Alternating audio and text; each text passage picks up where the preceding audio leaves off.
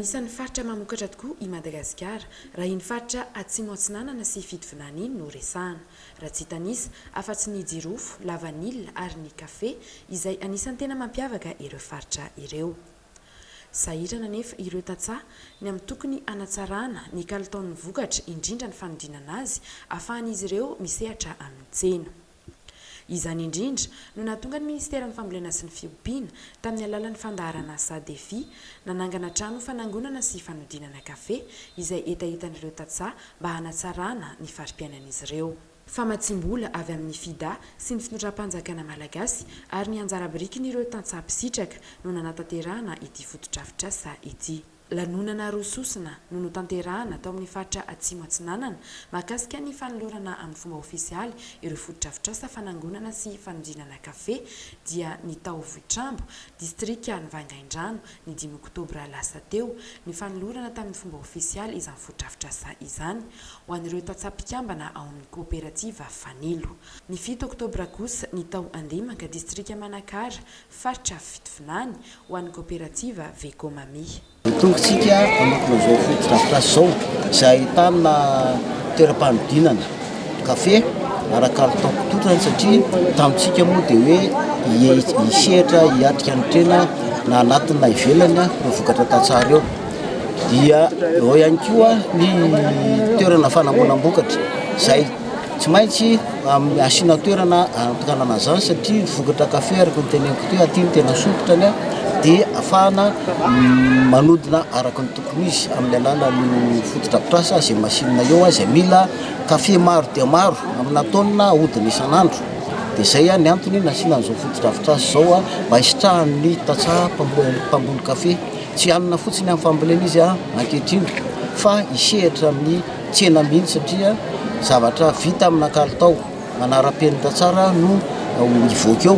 Dia rehefa ampy ny filatsika eto toerana dia mazava ho azy fa hitodika ny tsena iraisam-pirenena izay tsy mena amita amin'ny kafe any ivelany zany izay ny tanjon'ny ministera tamin'ny alalan'ny tetika SADEFI ny raha miasa tamin'ny faritra miaraka amin'ireo kooperativa izay tena mpisitraka.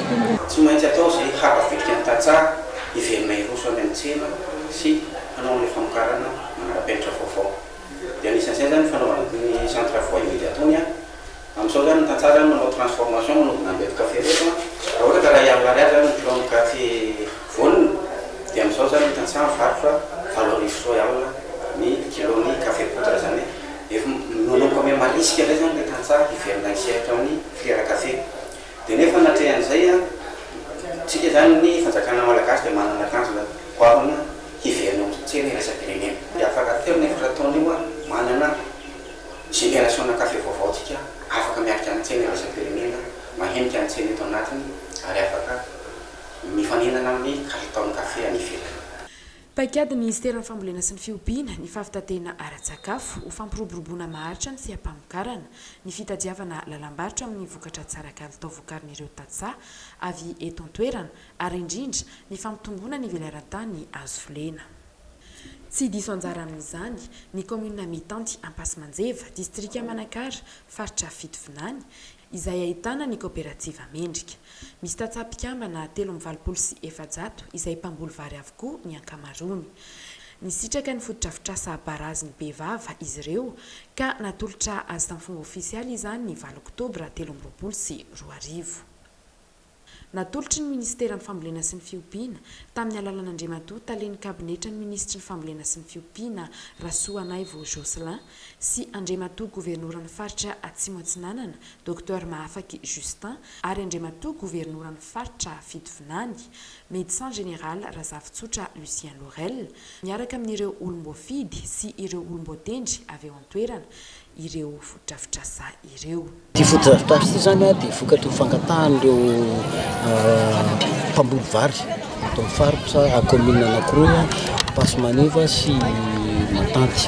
Fotodrafitrasa izay misy barazy dia misy lakan-drano eo amin'ny 7 arivo metatra eo zany manondraka tanimbary raha taloha izy 720 hektara fotsiny zao dia tafakatra ny 700 hektara izay antenantsika fa ampitombo ny vokabary eto amin'ity faritra Fitovinany ity satria raha efa tonga ny rano zany io a miaraka amin'ny masomboly voafantony dia tena amokatra tsara farafahakeliny 5 taona isaky ny hektara no azo a ary afaka manao satria mafana ny tany aty misy rano dia afaka manao fambolena indroa isa-taona zany a ka misitrak'izay zany ireo tatsara eto amin'ny commune maromaro eto zany.